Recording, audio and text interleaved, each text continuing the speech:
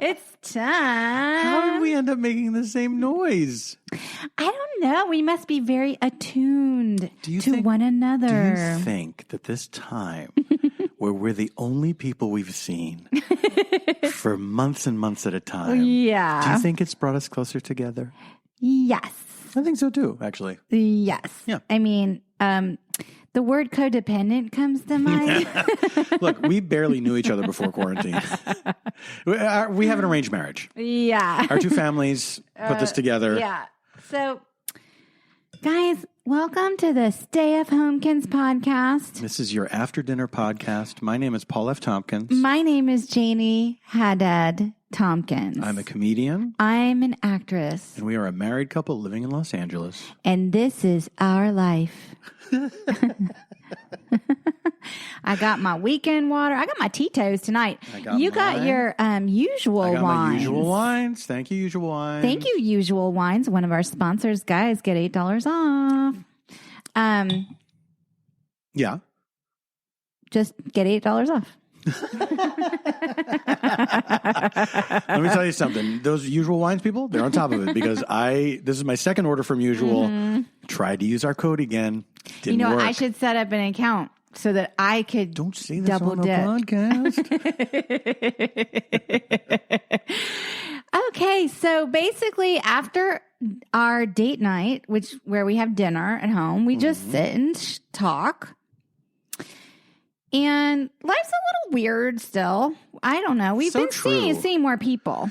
Yes, we've been seeing more people. I yesterday did 2 gigs in studios. I mean, that is like wild. It made me so happy, I have to say. I really was. When I was thinking about it before, like months ago, I was like, when am I going to be ready to do that? Yeah.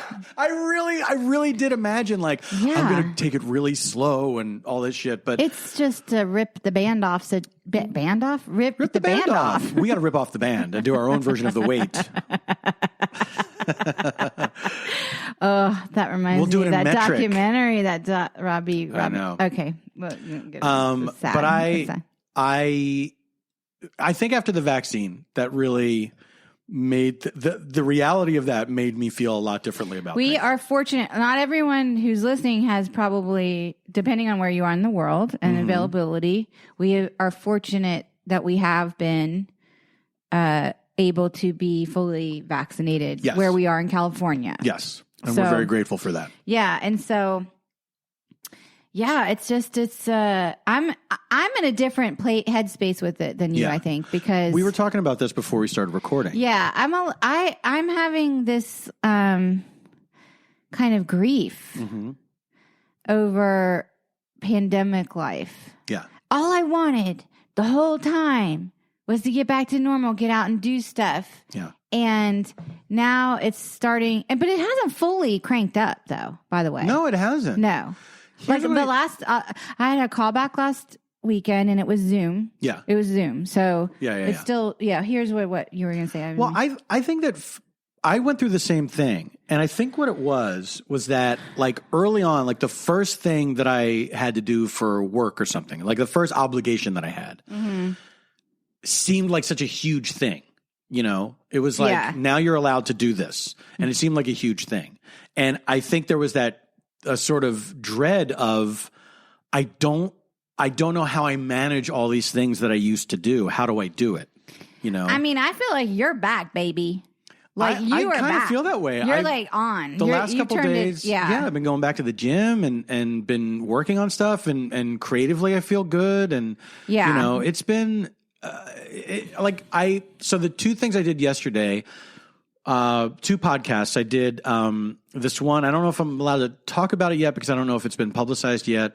But it was an old friend of mine. His son is now a grown-up, a young man. That's fun when that happens. And he wrote this thing. Yeah. And it's really funny. And Evan Schletter, my dear friend, did the music for it.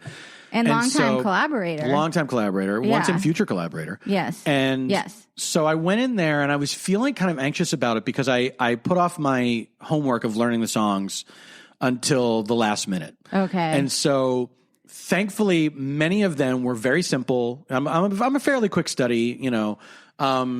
but one was very elaborate, and I was a little nervous about that. I was like, I don't want to let people down, and I'm trying not to beat myself up for putting this off to the last minute because, well, there's nothing I can do about that now. The best I can do is try to do as good a job as I can. Be focused in that moment. And know that it's built in that there's going to be multiple takes. I'm not going to, even if I knew it by heart, I'm not going to nail it, the first time. So, the big song was also a duet with Stephanie Courtney, who I met years ago on Mr. Show, and we've improvised together many times, and I was very excited. I met her to once. see her. I think she's really cool. Stephanie is she's such a nice person, and she's hilarious. She's really talented. People may not know that she plays Flo in the Progressive ads. Yeah, but it's so wild that Flo gig, I guess, has been this iconic mainstay of. It's been years. I'm pleased. It's been years. I'm pleased for her, and hope that she's pleased with that feature of her career or that corner of her career. Yeah, I hope so. Because she is a very funny and talented improviser and actor, but and I think they utilize her that way in the ads. Yeah, like when they were doing those ads where she was playing all the different people. She was playing her uncle and her cousin. She was doing a clumps. Let's face it. I mean, and she's good in them. Yeah, she's great. And do you know when this project that you just recorded on, when it will be out? I think later in the summer, maybe August. Okay, so we can announce it then. Yeah. So we had to do this song together, and it's such a funny song. It's about. Don't spoil now. It's not a big spoiler. Okay. It's about falling in love with the DMV. Okay. That's cute. And so we're singing this, and it's extremely silly. Like Eben, it's so perfectly him and what he does. And we did multiple takes of it, and we were trying different things and everything. And then I had to leave, but I could have done it 100 more times. That's really It was fun. so much fun. And then I went to Comedy Bang Bang at Earwolf in studio, first time in studio since everything closed down. And they had a guest drop out. So there was no, real person. Okay. It was three of us all doing characters with Scott. Okay. And it was chaotic. Off the rails. Yes, it was off the rails immediately. I wonder if y'all are going to tour. Y'all were in the middle of your Comedy Bang Bang tour when some of this, or you weren't in the middle of it. It was sort of like an ongoing. Yeah, I think we were planning dates. I think we had planning dates for the Arizona. summer. You were supposed to go to Arizona in the summer. We had dates for the summer, and then it became very obvious that was not going to happen. Last summer, of course. 2020. But, Lauren just announced that she is expecting a baby. She's going to have a baby in July. Yeah. So obviously things are going to be on hold for a while. I don't know. I mean, unless someone touring with fills a baby. in. I mean, it could be, but who's the best? There's plenty of people. Utility. I cannot discuss that on the podcast. Paul, Lauren. Okay, Paul and Lauren. But yeah, I mean, I was thinking about that the other day, and that was so much fun. We had such a good time on those tours. We had a great time. And that's where Freedom came out. I loved the tour because the significant others didn't tour with y'all, but we would drop in on the you would have holdover nights, and we would drop in Vancouver or New York City. Scott managed that very well. Yeah, he did. And he built into the big tour that we did. He built in a couple of days off on either side of when we were in New York after that tour. Oh yeah. Oh no, we were exhausted. It was crazy. We did a lot of shows. You did 28 shows in 28 days or something crazy. We were doing 2 shows a night most places. Yeah. It was wild. Yeah. But it was so much fun. It was so really fun. Yeah. I hope that y'all get to do that again. I understand things. We don't know what's going to happen with anything. Hey, life is what happens to you while you're busy making other plans. That's what I heard. I heard that. Did you hear from me? So wait, life is what's happening when you're busy making plans? No, life is what happens to you while you're busy making other plans. What? So you're thinking, here's what I'm going to do. And then life is like, no, here's what's happening. What? Yeah, because you can imagine all these things you're going to do, but you can't control So the everything. idea is that you have no control. Yeah, you're powerless. Oh, okay. So I thought the saying meant like you're making plans, but you're not paying attention in the moment because you're thinking of the future. That's what I thought it meant. I think that's in there too. So, and they're like, you think you're making all these fun plans, but you're not noticing the fun that you're having making plans? I think so. I think it's more like you have to be in the moment because you're not in control. You have to surrender. Yeah. Wow. That's fucking heavy as shit. Can we talk about that? We saw that trailer for that Beatles movie that Peter Jackson directed, that documentary. God. And now my favorite Beatles album is Let It Be. I think mine is also Let It Be, but I have some affection for Abbey Road. I mean, Absolutely. No, look, the Beatles are good. But Let It Be is very raw, and it's like it's their last album together that they, I think technically. And I've got a feeling Abbey is one Road of my is the last favorite. one? I've got a feeling is one of my favorite songs ever. Love that song. Love it. I remember watching the documentary Let It Be, and it seemed very much like here are these guys who don't like each other anymore and that are about to break up. Wait, what was the documentary Let It Be? It was about the making of the album. How did I not see that one? I don't know. That was an art house staple when I was a kid. But it was like their final album, and they were in kind of like, in sort of a state then. Yes, absolutely.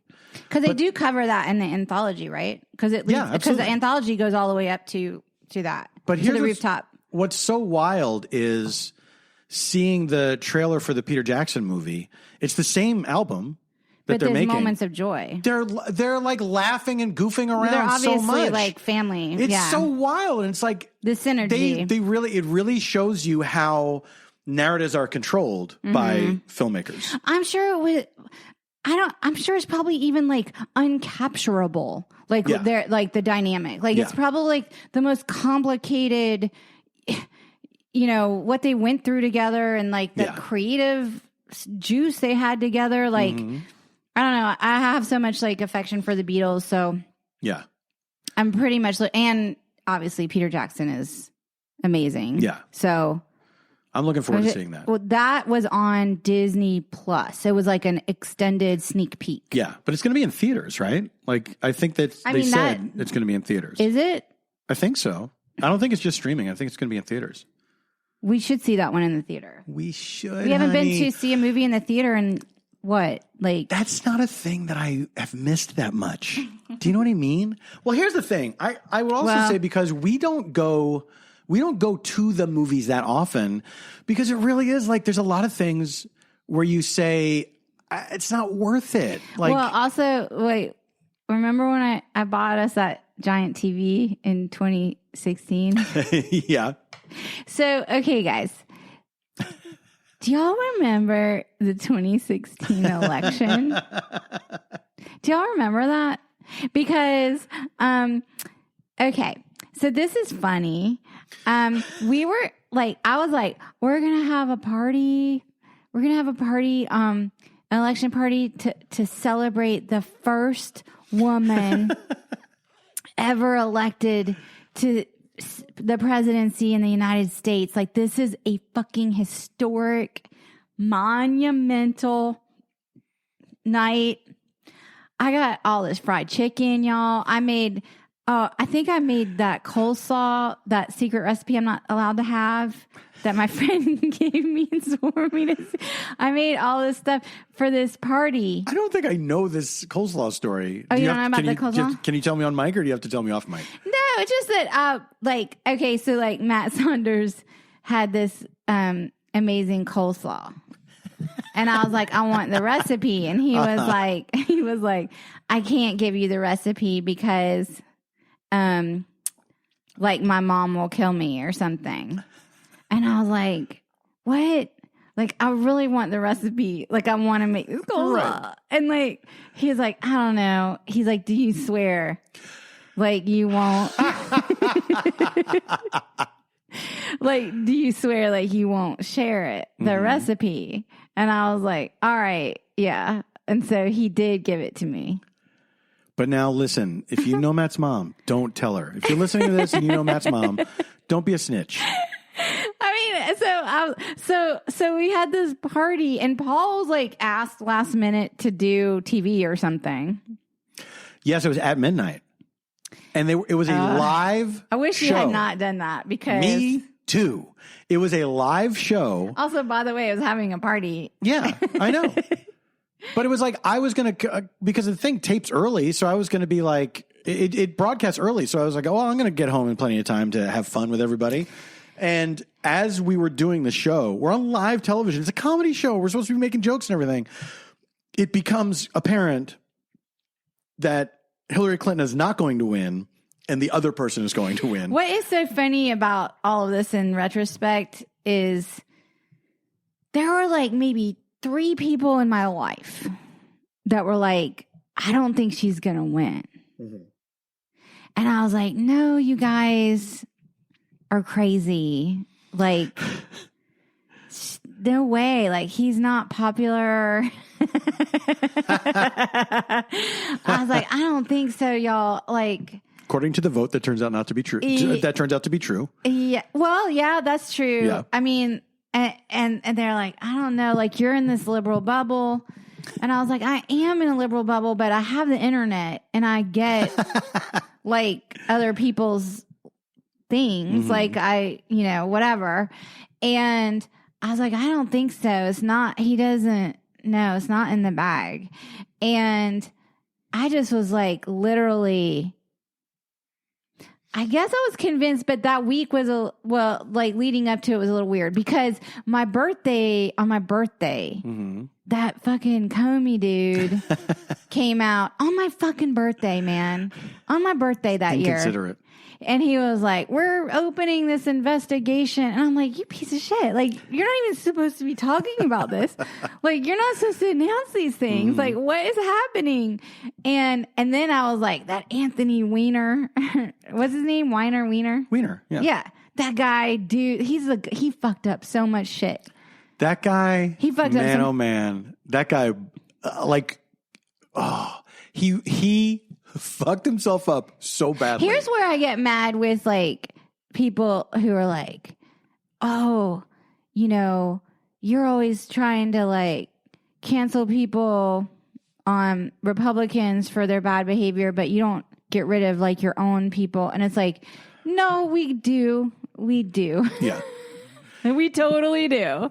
Well, like, because of like John Ed. Anyway, so we had a TV that was like a little smaller. Mm-hmm. And Paul, and I'm the one who talked us into that. I was like, we don't need that big TV in the living room. Remember when we moved in the house? You talked us into what? Having a smaller TV? Yeah. Yeah. And then as we lived here for 2 years, and I was like, you were right, and I was wrong. Remember? I was like, you're right. The TV should be like the biggest fucking TV that you can get. Like that's... Here's the thing, and that's some people like. we have our TV over our fireplace. We have a fireplace in the house.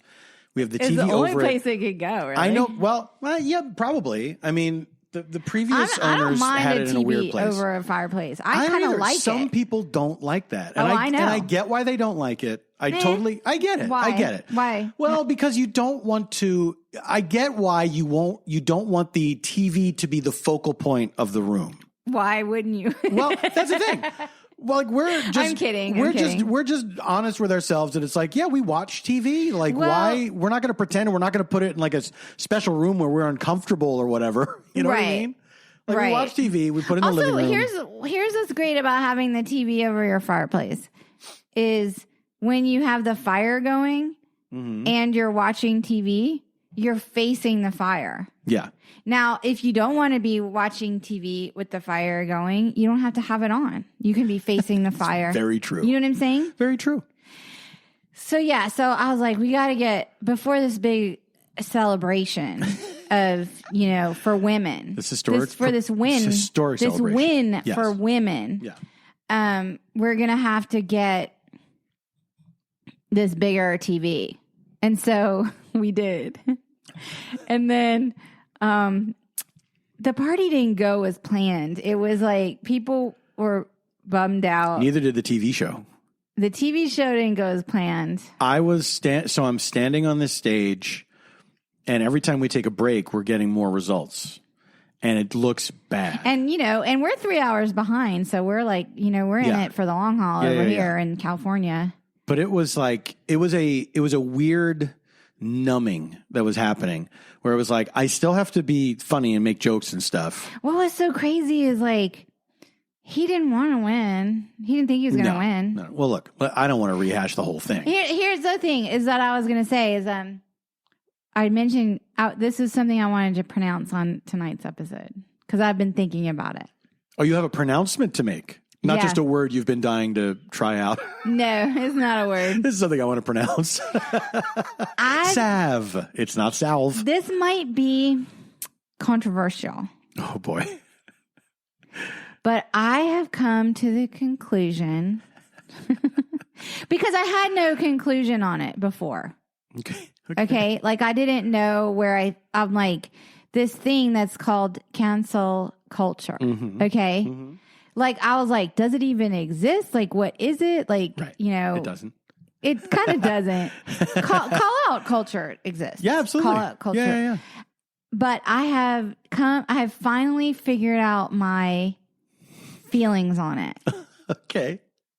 And it's taken me like a year, even though it's been around for a while. But I have totally decided, and I'm making the pronouncement, that cancel culture is stupid. Now, what do you mean by that? It's stupid. But what does that mean? It's stupid. Stop saying it's stupid. What do you mean by cancel culture, and what is stupid about it? It is like, it's just, in my opinion, I think call out culture is fine if you're like, oh my God, this person, is a secret rapist or is a, whatever. Like, right. Or that's like call out culture, mm-hmm. And then the chips will fall where they may. Like mm-hmm. if you, are hiring escorts or whatever, the chips will fall where they may. Cancel culture, in my opinion, and I've been observing it for a while now because I've been so confused by how I'm supposed to feel about it. Mm-hmm. I think is really just an excuse for bullying. Mm. That's what I think it is. Right. Because like they go after people in sort of this organized way. And do you think it's organized? Who do you think is organizing it though? Well, I have to, okay, full disclosure. I listened to this podcast today about the chicks, formerly known as, mm-hmm. and it was, what's that one? Everyone says it's what you don't know about or what you need to know. You're wrong about. You're wrong about. Yeah. Okay.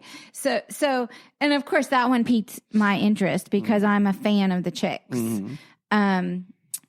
And I was like, well, this is interesting. I wonder, and the whole thing is basically like, it was an example of cancel culture. Yeah, absolutely. Because there was an organized effort to get them off the radio and cancel their performances and stuff. Because of an opinion. Because they expressed an opinion. Yeah. But my thing, but doesn't that seem like it was just like it was just bullying? Like, no, it was. Why can't you just say your opinion and say, oh, I disagree with them? But see, this is the thing. You have to consider the source always. And you have to say, who is this coming from? And this was people that just didn't like something that they said. They didn't do anything wrong. Do you know what I mean? They didn't do anything wrong. And then these people did get mobilized. This community got mobilized. And they fucked up their careers for a while. Yeah. I think that's different than a bunch of people online saying, this guy's he's doing bad things to people. Do you know what I mean? Yeah. Like that's but isn't that call out? That's call out. That's call out culture. Cancel culture, I guess, is if you really are thinking there's organization to ruin somebody's life.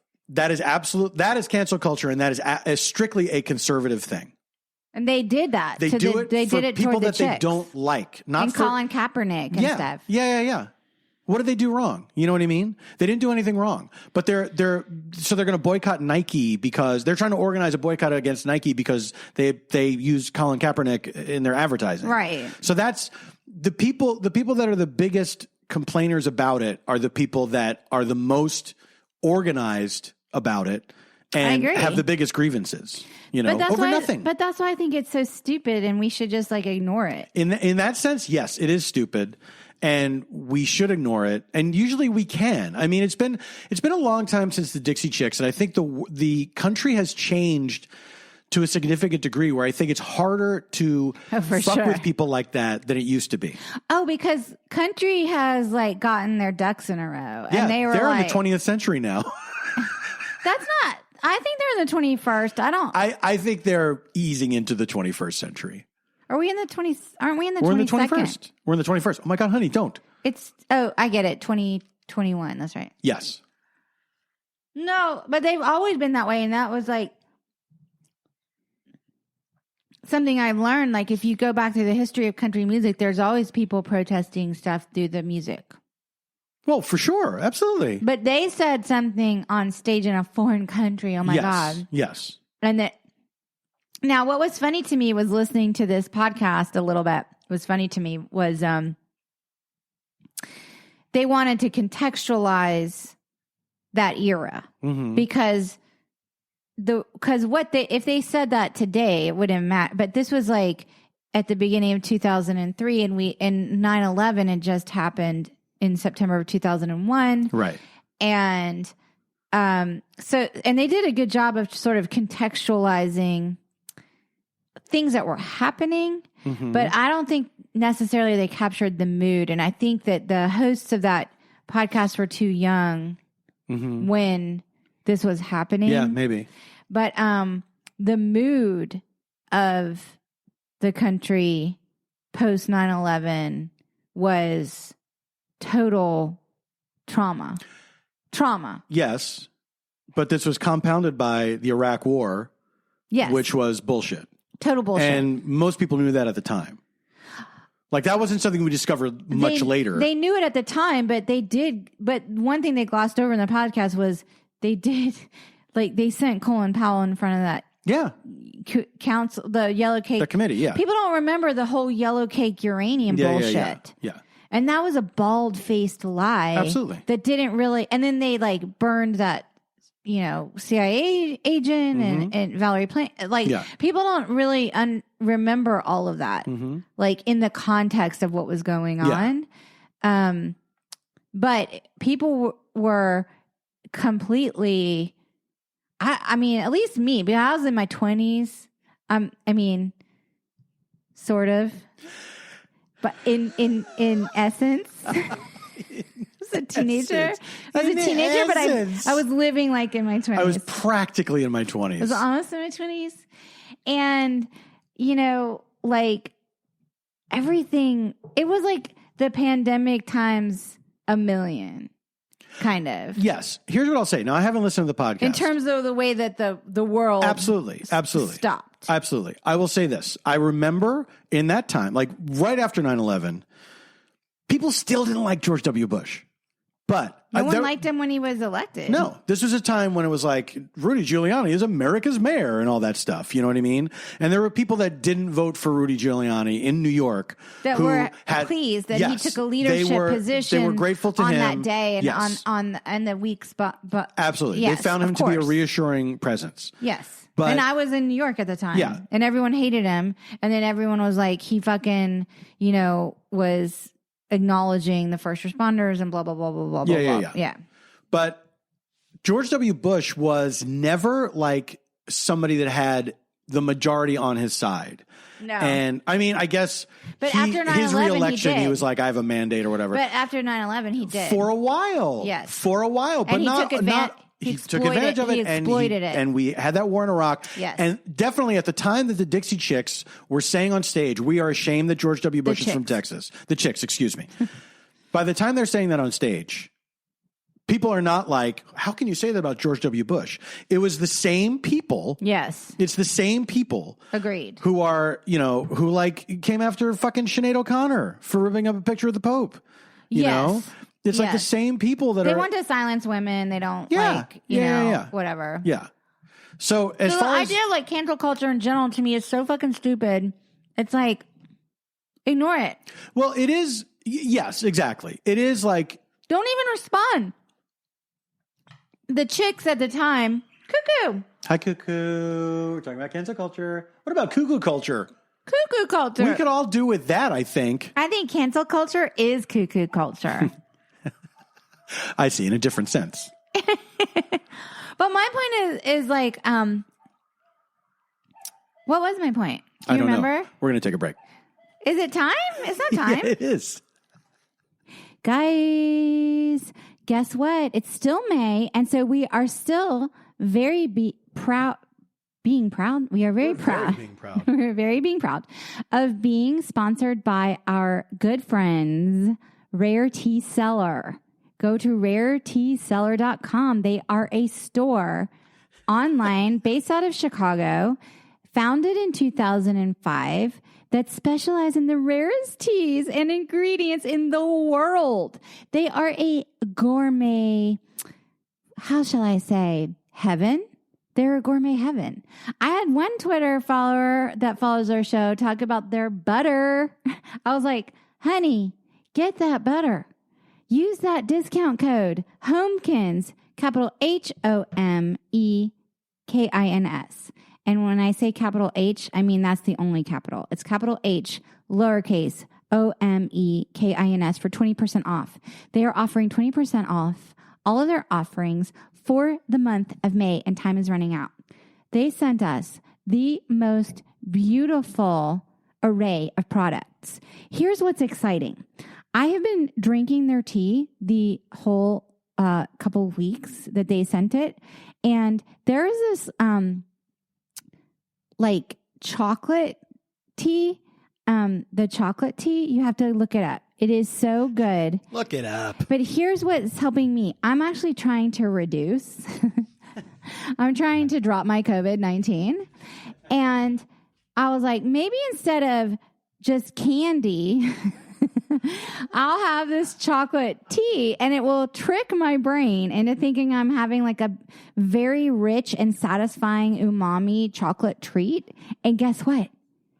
It totally is working.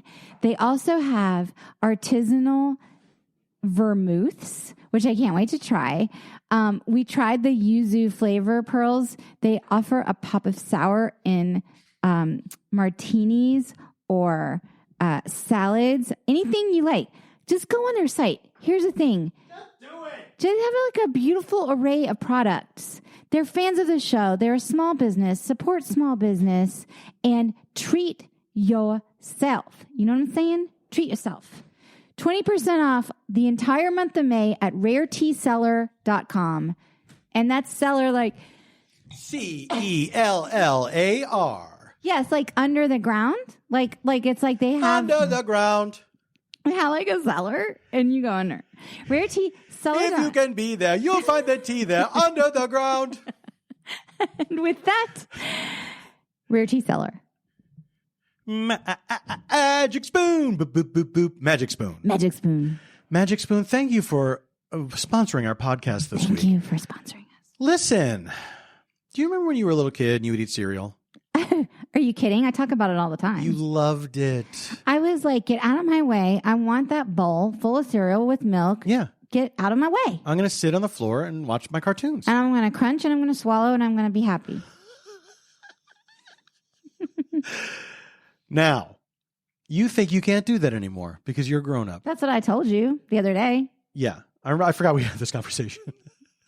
And look, we're all trying to eat better, hunty. Mm-hmm. But healthy breakfast doesn't have to be boring. What? Magic spoon. What's less boring than magic? Magic is magic. Do you get it? Magic is fucking magic. Imagine magic in a spoon. That's magic spoon. Magic Spoon has the amazing cereal flavors you love, but without all the bad stuff.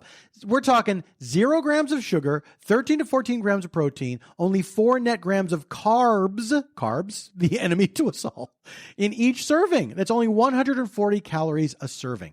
It is keto-friendly. It is gluten-free, grain-free, soy-free, GMO-free, and low-carb. And exciting news, Magic Spoon has released a super delicious new flavor, birthday cake. Yeah. Everyone loves birthday cake because it's a special occasion. Magic Spoon birthday cake will be available in a special 5-pack for a limited time only. Get it while you can. Or you can build your own damn box. Available flavors to build your very own custom bundle are cocoa, fruity, frosted, peanut butter, and cinnamon. If you're listening from Canada, my friends up there, Magic Spoon now ships to you as well. Yes. Oh, Canada. So go to magicspoon.com/homekins, HOMEKINS, to grab the new limited edition birthday cake or a custom bundle of cereal to try today.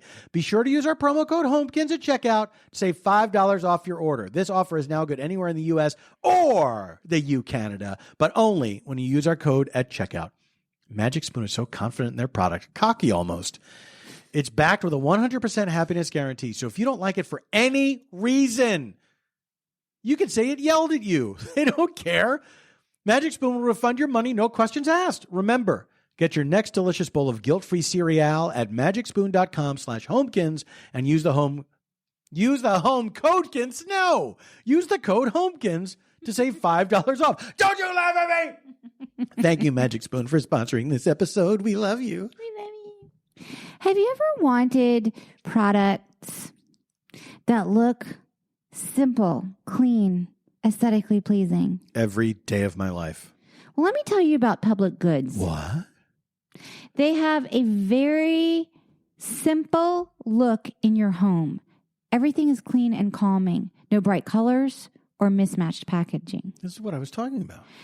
They have home goods like, for example, toilet paper, dish soap, hand soap, shampoo, conditioner. We tried their chocolate almonds, very delicious. That's right, we also tried their ramen. Personally like the ramen because you can sort of like create a base and then you can add like tofu and like bok choy and this is the fun of ramen. And scallions and it is so written. You know, so there you go. And you kind of have like an instant meal going all the time. So this episode is brought to you by Public Goods also. The one-stop shop for sustainable, high-quality, everyday essentials made from clean ingredients at an affordable price. They have everything from coffee to toilet paper, like I just said, and shampoo, like I just said, to pet food, which we wouldn't know about because we don't have a dog, Jerry. Public Goods is your new everything store, thoughtfully designed for the conscious consumer. So, rather than buying from a bunch of single product brands, Public Good members can buy all their premium essentials in one place with one beautiful streamlined aesthetic. Okay? Public Goods searches the globe to find clean. People are searching the globe all over the place. People love to search the globe. We got to get in on this. To find clean, healthy, eco-friendly, and innovative products. They ethically source and obsessively develop. I mean, maybe don't be so obsessed. Take a break. I'm worried about them. They need to have lives. Yes. Get some tea from Rare Tea Cellar. Go kick up your feet. Go to the movies. Develop each of their products to be free of unhealthy ingredients. They're committed to making their products in a healthy and safe way for humans and animals and the environment. So like they care. They're not jerks. You know what I mean? Yes. Support people who aren't jerks. Make that like your mantra. Okay. Do it. Okay. They plant one tree for every order placed and incorporate sustainability into every part of the company. So join hundreds of thousands of others, as well as Janie and Paul, who have switched to their new everything store. Okay? Receive $15 off your first Public Goods order with no minimum purchase. That's right. So like, in other words, that means you could buy a $15 product for $0. That's right. They're so confident that you absolutely love their products that they're giving you $15 to spend on your first purchase. I love when a company is confident. It's sexy. It's very sexy. Yeah. You know? I'm turned on. Yes. It's like, you know, relaxed and vaxxed and sexy and confident. Go to publicgoods.com/homekins. That's all caps at checkout. Let me start over. Go to publicgoods.com/homekins or use code HOMEKINS, all caps, at checkout. PUBLIC. This is like a sobriety test.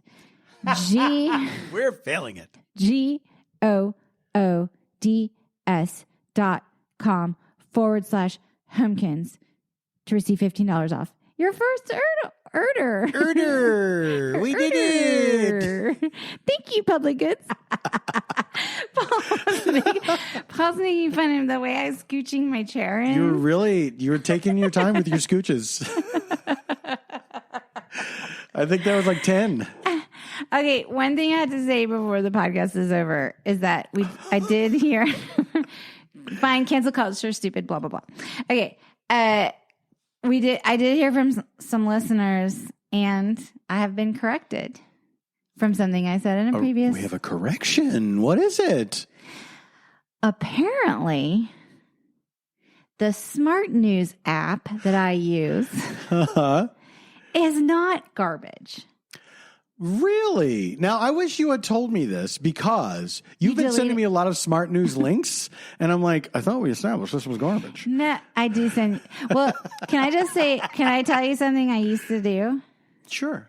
When I would send you the Smart News link before, and it would say in the text, like, this is sent to you by Smart News, I used to delete that part to cover my tracks. What? Honey, we cannot have a marriage built on lies. But now I feel like I'm loud and proud because I've learned from some listeners. Mm-hmm. So I guess this it's now. How do we know? And no offense to our listeners, how do we know they're not dumb? Because I'm kidding. Someone who works from Smart News contacted me. Hold on a second. Yeah. So your source for Smart News is not garbage. Is someone who works at Smart News? And then apparently someone who lives in Japan was like, everyone in Japan uses this. Really? It's like a big deal. It's like a news aggregator. It's a news aggregator. News aggregator. News aggregator. Coast to coast, LA to Chicago. CNN. Reuters and AP. Guys. Okay, I guess it's just like their whole thing is like to try to be like, we don't want to give you fake news. Right. They're like, here's what you need to net a day. They're not like him. Here's what you need to net a day. That's from The Daily, y'all. Do y'all guys listen to The Daily? He really doubles down on it. That was one of my favorite jokes in Girls Five Eva, by the way. I can't remember it. What was it? I remember they made a reference to that show. You guys watch Girls Five Eva. Like, it's on Peacock. Our friend Busy's on it, and it's pretty funny. But, like, they were worried that they were raising their little New York child, their little Manhattan child to be... a New York lonely boy. Yes. Yeah. Because, you know, he's, like, urban and sophisticated. And yeah, he's like a little adult. He hangs out with grown-ups. Yeah. And he's like, Mommy, let's dance. And she's like, okay, honey, let's dance. And then he starts playing the theme song to The Daily. And she was like, what's that? She's like, it's The Daily. And she's like, stop, turn it off. It was actually one of my favorite moments because you're always making fun of The Daily when I'm listening. Here's the thing. Like the thing I didn't realize that guy Michael Barbaro leaned into the netted because he does it twice. I don't think he leans into it. I think he did it accidentally and never re-recorded it.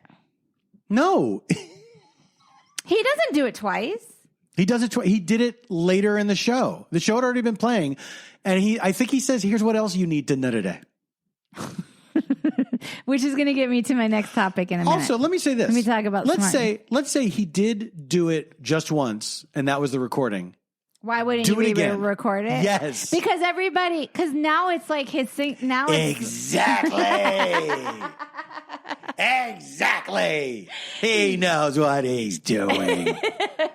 So anyway, so the Smart News app apparently, like their whole like raison d'etre. Oh, talk about smart news. That's reason for existing in French. En français? France. Call my agent. They're all like, is like to only filter through, which leads me to this question. According to my smart news consumption, Yeah. does this mean Harry and Meghan are brats?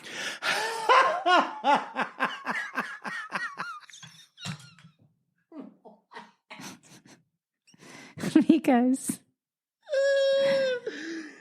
you're saying there's journalism that leads you to believe they are brats. yeah. But I don't think they're brats. Here's the thing. I cannot speak to Meghan Markle, right? Why not? Because I don't know her. I don't know much about her background. But you know Harry? Well, I do know that he grew up in a palace. And so I feel like as much as he may have tried to be out in the world and get out of his very specific bubble. Right? And people made fun of me because I thought Hillary was going to win. Yeah. It's not like Meghan Markle was, a cashier somewhere. Like she was in the Hollywood system. You know what I mean? Though. Look, this is what I'm saying. It's like, I don't know her whole backstory, but I'm saying that anyone who grew up with the title of prince. It doesn't mean you're a brat. It doesn't mean you're bad, but it doesn't mean It doesn't mean you're a brat, but chances are you probably are. Chances are you're probably ignorant about a lot of stuff. No matter how much of a crash course you got from dating Meghan. dating Meghan Markle or whoever he met at clubs or whatever. You know what I mean? You're right. It's like he's living the song Common People by Pulp, you know? I mean, listen, I like that they are trying to kind of put something positive out. Sure. Is that bad to say? No, I don't think that's bad to say. Like, I think that they, from obviously from a great distance, I feel like they are sincere in what they are trying to do, pulling away from that family. Yeah. I don't doubt that they suffered various indignities from those people, you know, and I think that they, especially I think for Harry, I'm sure he is now seeing like, oh, there's a whole world out there, and I was raised in this weird way. And he was used. Well, when you're born into it, you're born into it, you're exploited. You are born into exploitation. It's a weird thing that shouldn't exist anymore, you know? But it was funny that he said the First Amendment was bonkers. I didn't mind it. I knew it was a foreign. It was like I know, but here's the thing: it's like, of course, that was blown out of proportion by like fucking Sean Hannity or whatever. I don't think he meant like it's. Like it's I bad. don't think that Prince Harry was saying it's insane that people have free speech in America. I think he was clearly saying like it's a crazy issue. Like it's very a crazy difficult. issue for him because his whole thing is that he cares about our tabloid papers. Yeah, that's his whole thing. Because of his background. Yeah, well, they're way more vicious to him than America ever was. Well, they murdered his. Yeah, I mean, yeah. Let's be honest. Like, you know, and anyway, my point is, I'm sorry that I was negging like mystery. You were negging mystery. Oh, you missed like the pickup artist style. I negged a little pickup artist style on the Smart News app, and it worked. Here. And now I'm dating Smart News. That's right. That's right. I have taken Smart News to bed. Yeah. And I own that piece of app. That's right. This was slap that app. Too. No, it just came to me. I love a little wordplay. You know what I'm saying? Slap that app. That app. Slap that app. Yeah. So I'm just saying I was hasty because maybe I'm the problem. Because I'm clicking on the Harry and Meghan stuff. I don't think... So I'm teaching Smart News to be dumb. Do you see what I'm saying? Because Smart News is saying, well, everyone's clicking on this. We should do more of this. No, they're saying Janie is. So they're algorithming me.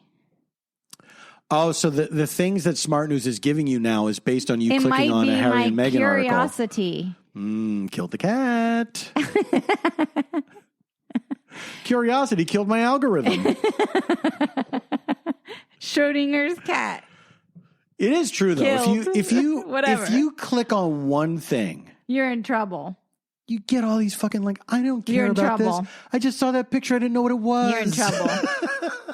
Yeah. Exactly. Stop showing me these things. Yeah. You're basically oh, I have dry skin. And the next thing you know is 800 moisturizer ads on your fucking social media. Imagine what Jennifer Aniston goes through. All right. That's all I had to say is I wanted to correct That's an official Stay-At-Homekins retraction. So Smart News is smart and cancel culture is stupid. So I don't want to bring this back. When you say, because the way people perceive cancel culture, I feel like you have a more narrow definition of it. Do I? Yes, that's my feeling. What is then tell me, illuminate me. What is the definition of what is the definition? I think that cancel culture, the meaning that most people ascribe to it is the quote unquote Twitter mob. And it's that people are, because they're getting called out for no reason, and you're going to cancel this person and that person. Trending one day on Twitter, you're in trouble. If you're there was shrimp in my cereal or whatever. That's the problem. Exactly. Yeah. And then next people are talking about, well, this guy's not so great, But then is he canceled or is he just called out? That's what I don't understand. Well, that's the thing. No. Here's the thing. Nobody is canceled. Nobody is canceled. Even the the chicks, they had to go through a long period where they had to climb out from a concerted effort to ruin their careers. Right. That is different than somebody saying, actually, this guy's not so great. Right. It's the milkshake duck thing. No. There is a very funny Twitter account called Pixelated Boat who tweeted this thing. This is years ago now. Everyone loves milkshake duck, the duck who drinks milkshakes. And then later, was there a picture of a duck? No, it wasn't. It was just all text. Everyone loves milkshake duck, the duck who could drink milkshakes. Okay. Who loves to drink milkshakes. And then later, we regret to inform you the duck is racist. And it's that is what happens all the time online. But it was just a joke account? Yeah, it was just a joke. There was no milkshake duck. Yeah, it was just a joke. So now it's become a phrase of being milkshake ducked, like Jensen Karp with the Cinnamon Toast Crunch. In other words, you're put up on a pedestal. You get attention. You get attention. Everybody's talking about you and everybody's saying, oh, this is a fun thing. And then somebody else says, actually, we found out some not fun things. Yeah. So is that cancel culture? Is that the same as what happened to the chicks?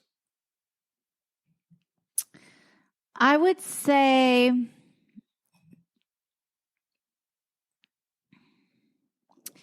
well, now you've stumped me a little bit because I guess I was thinking more the chicks or Colin Kaepernick or that kind of thing. That's not cancel culture.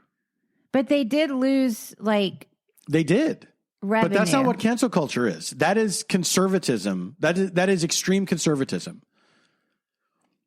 Okay, so well, here's what people understand to be cancel culture. All right, the people that are against it, the people that say, "Oh, cancel culture is crazy." Those people are the people that say you can't say anything anymore.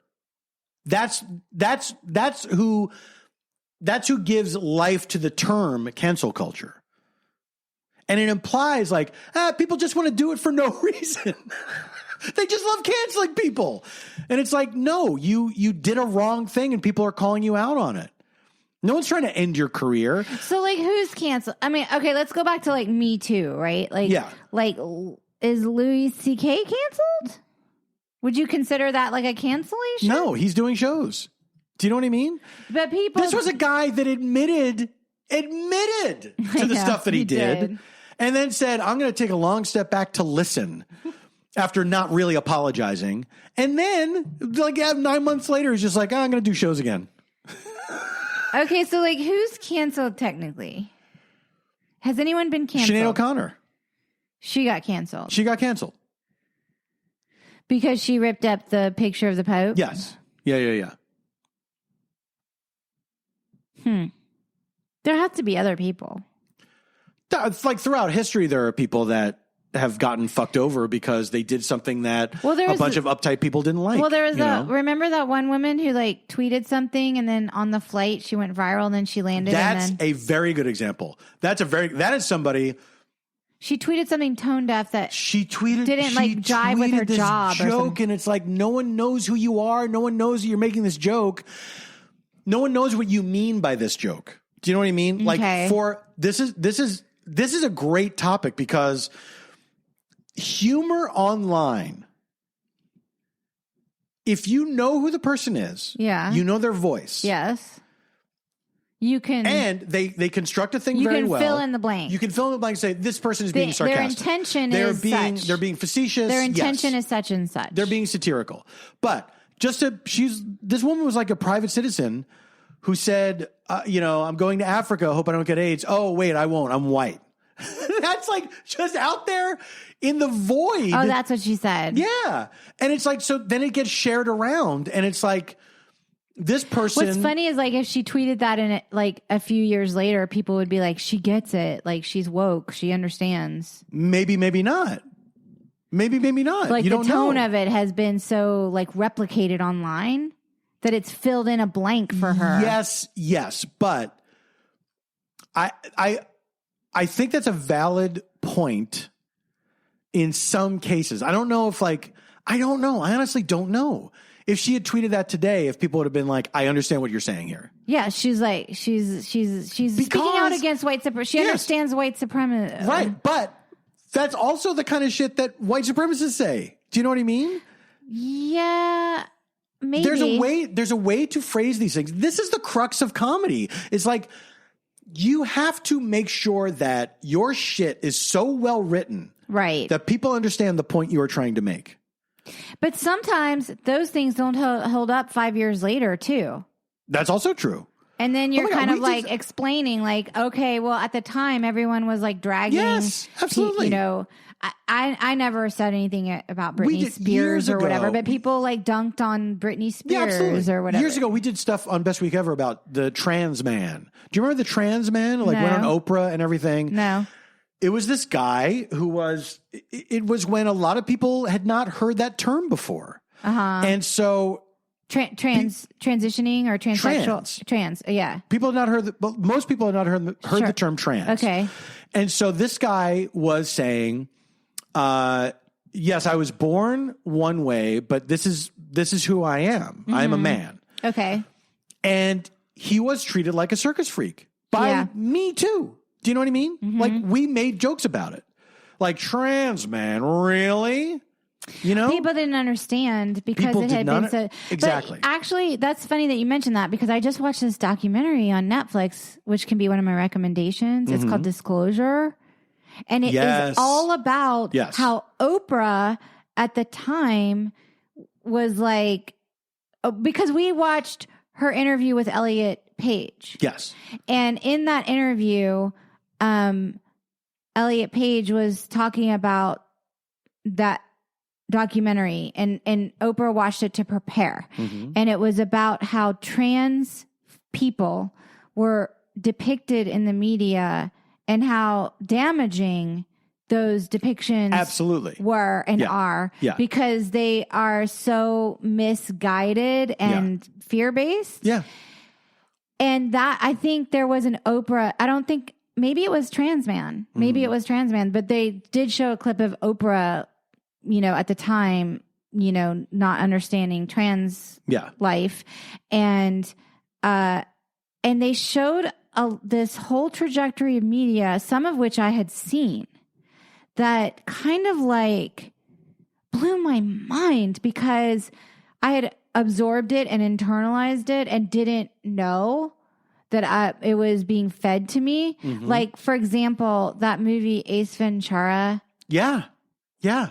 I remember that movie when I saw it years ago, whenever it was out, and thinking it was pretty funny because Jim Carrey was charismatic and it was a silly movie. It was very silly. Absolutely. And I didn't even remember in that movie that there was some reveal of a trans person covering their gender. Yeah. And that people were like throwing up over it and stuff. And I was like shocked. Yeah. Shocked. Yeah. Even though I had seen that movie at the time. I had the same reaction. I forgot about that. I forgot about it. Yeah. And in the name of comedy, it felt so acceptable. Okay. Yeah. Because it was like, you know, it was just in the name of comedy felt acceptable, I guess, like at the time. And then you see all of these trans performers and other people, like human rights people, like they're not necessarily all performers on this documentary. It's really worth watching, actually. Yeah, it's terrific. And they are like, this is so harmful. And also, it's helpful to have accurate depictions. And it's not a monolithic community like any community. There's no is there a monolithic community out there where it's depicted in a way that is a real thing because they had nowhere to look to know that they felt different inside and they didn't know. You know what I'm saying? Like I don't have the right language for this, but it really blew my mind. And why did we get on the subject of you making fun of? Because cancel culture. Because you guys talked about that episode of Oprah at the time. Yes, we were at the time. We made jokes that I absolutely would not make today. You know. I mean, I guess in a way it's good. We're progressing, we're evolving, but there is like an element of shame and embarrassment when you live through a time where you're ignorant. And but that's just part of being human, I guess. It's part of being human and growing. And I mean, it's like I will gladly take that shame and embarrassment and move forward. You know what I mean? Like if that's the price, I don't want to stay in my ignorance, you know? No, God, no. I think I think if you don't feel the shame and embarrassment, then maybe something might be wrong with you. Here's the thing. That's what it all hinges on, is that people don't want to feel like they did something wrong. And so they stick to their guns and they try to make it. This is how I used to live my life, was like, I can't be wrong. And so if I had some conflict with somebody in my life, I had to make it in my mind. I justified everything so that I wasn't wrong. And it took me years to learn, and like therapy and everything, to learn that it's good to realize that you're wrong, because that's how you learn and that's how you grow. And to say you're sorry to someone and really sincerely mean it. Right. It's like, it's so much better. It's so much better. But there's people in this world who just want to be like, I don't want to think about that. So I'm going to make it that these people are wrong and that I'm right. And that's it. I feel like sometimes I get sort of yes-manned out of being wrong.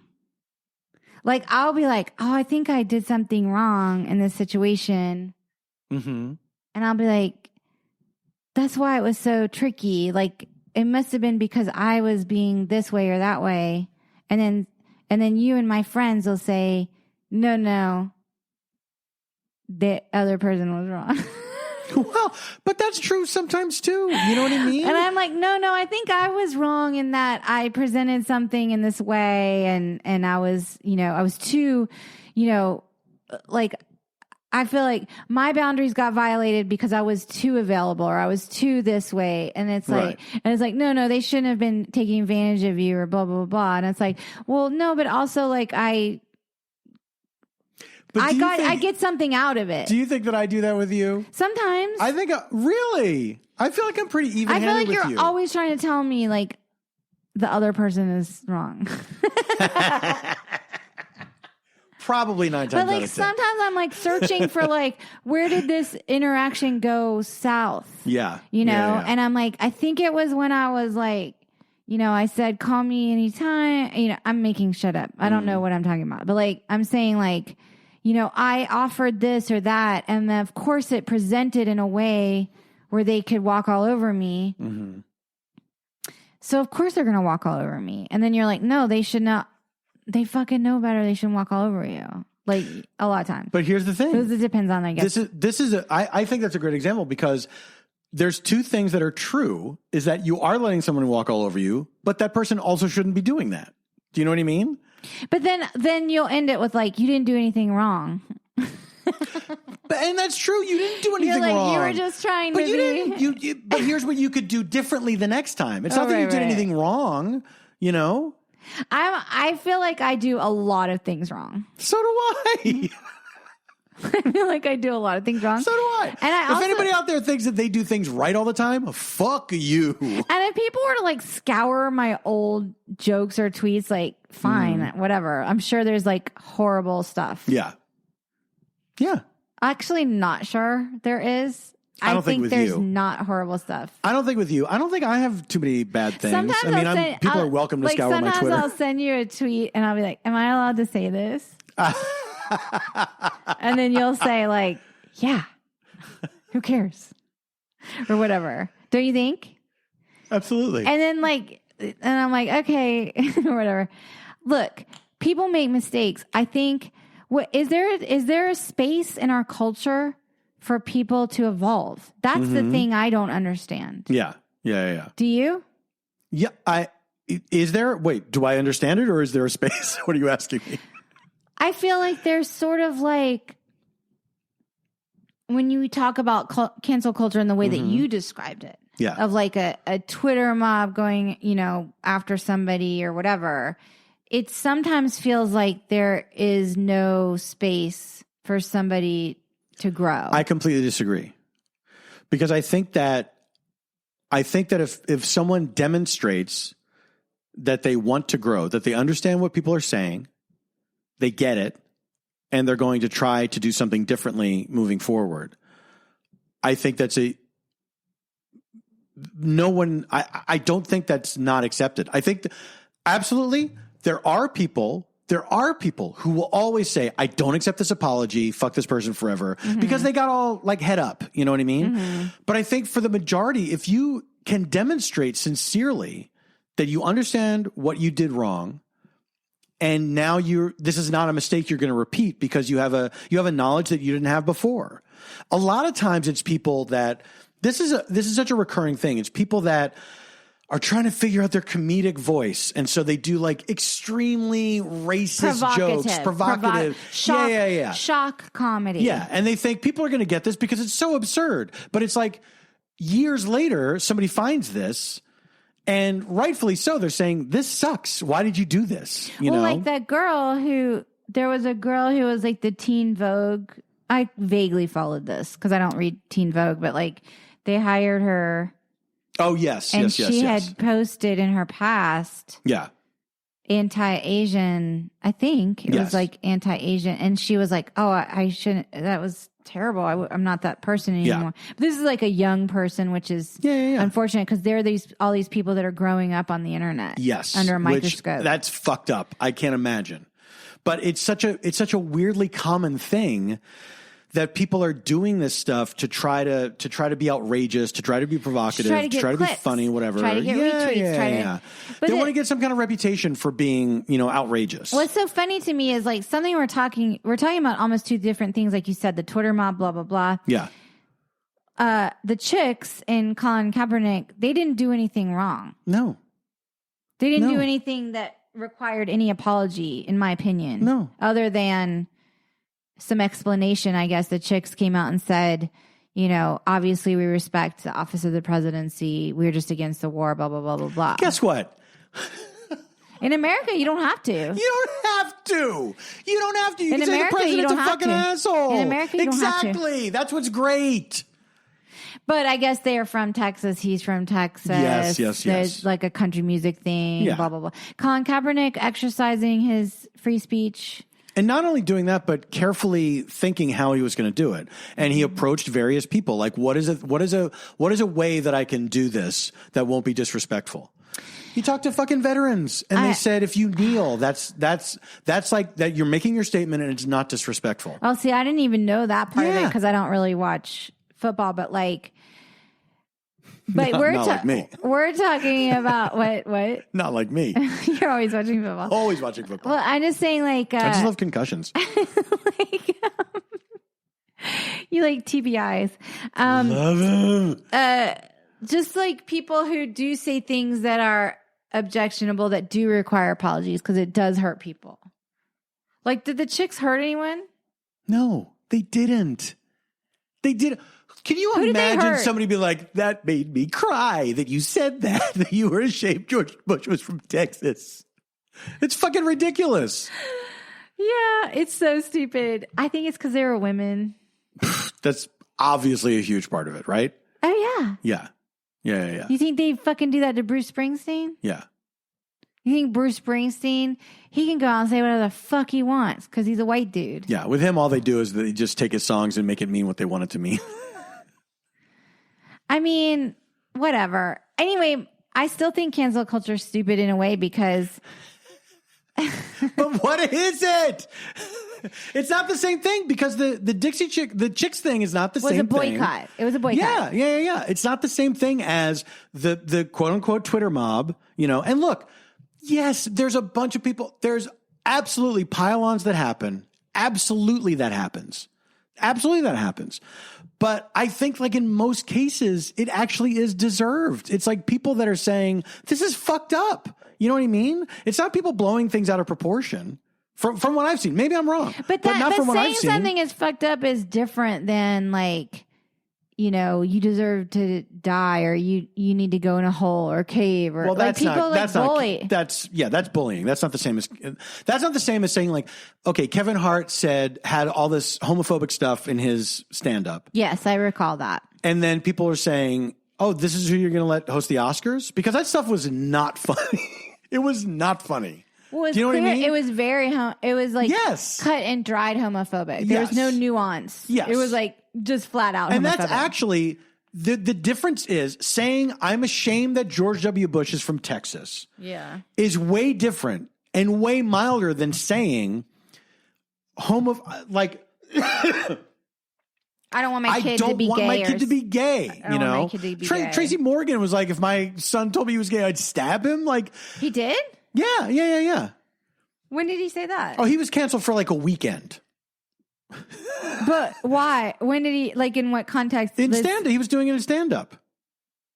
And people were like, "Oh, it's a joke. You can't take a joke." But the problem is that's very dangerous. It perpetuates a mindset that is still very active in this world, and that's different than saying, "I'm ashamed that this president who was elected, the president of this country, is where I'm from." Right. Nobody's going to go out and like, "We must bomb Texas." You know what I mean? It's fucking ridiculous. These people are fucking crybabies. Yeah, they're crybabies, but they're crybabies and bullies who want to fuck people's lives up because they didn't like something that they said. That doesn't affect anyone. So it's so lame. I'm so sick of this shit. It's so lame. Oh. It's like we have free speech, but it's at such a cost, right? Yeah. But not really. Unless you're like Fox News. Because here's the thing. If you want capitalism, you got capitalism. So Gina Carano says all this shit. She's on the Mandalorian, right? Oh, yeah. I remember her. Yeah. She did some transphobic stuff. And so like Disney says to her multiple times, don't say stuff like this.